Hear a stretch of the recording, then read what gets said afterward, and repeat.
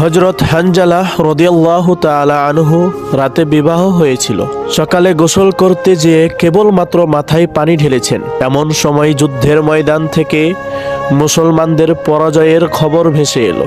তিনি গোসল অসম্পূর্ণ রেখেই ছুটলেন জিহাদের ময়দানে। মাত্র এক রাতের বিবাহিত জীবন, এরপর শহীদ হয়ে গেলেন জিহাদের ময়দানে। ফেরেশতারা তার লাশ উঠিয়ে নিয়ে গেলেন আকাশে এবং সেখানেই গোসল দিলেন জান্নাতের পানি দিয়ে। নবীজি সাল্লাল্লাহু আলাইহি ওয়াসাল্লাম দেখলেন হানজালাকে গোসল দেওয়া হচ্ছে।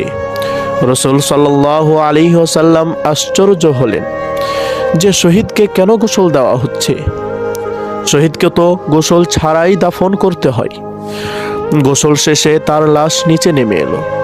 সাহাবায়ে কেরাম দেখলেন তার মাথা দিয়ে গোসলের পানি ঝরছে।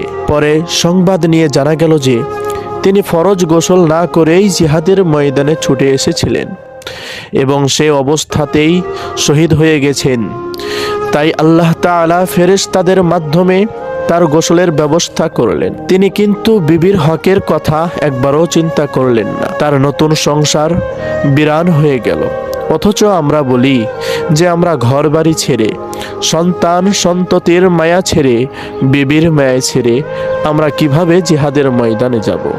তাই মুসলমান, নিজেকে নিয়ে একটু চিন্তা করুন, সাহাবায়ে কেরামের জীবনী আদর্শ পড়ুন এবং সেই অনুযায়ী জীবন গঠন করার চেষ্টা করুন।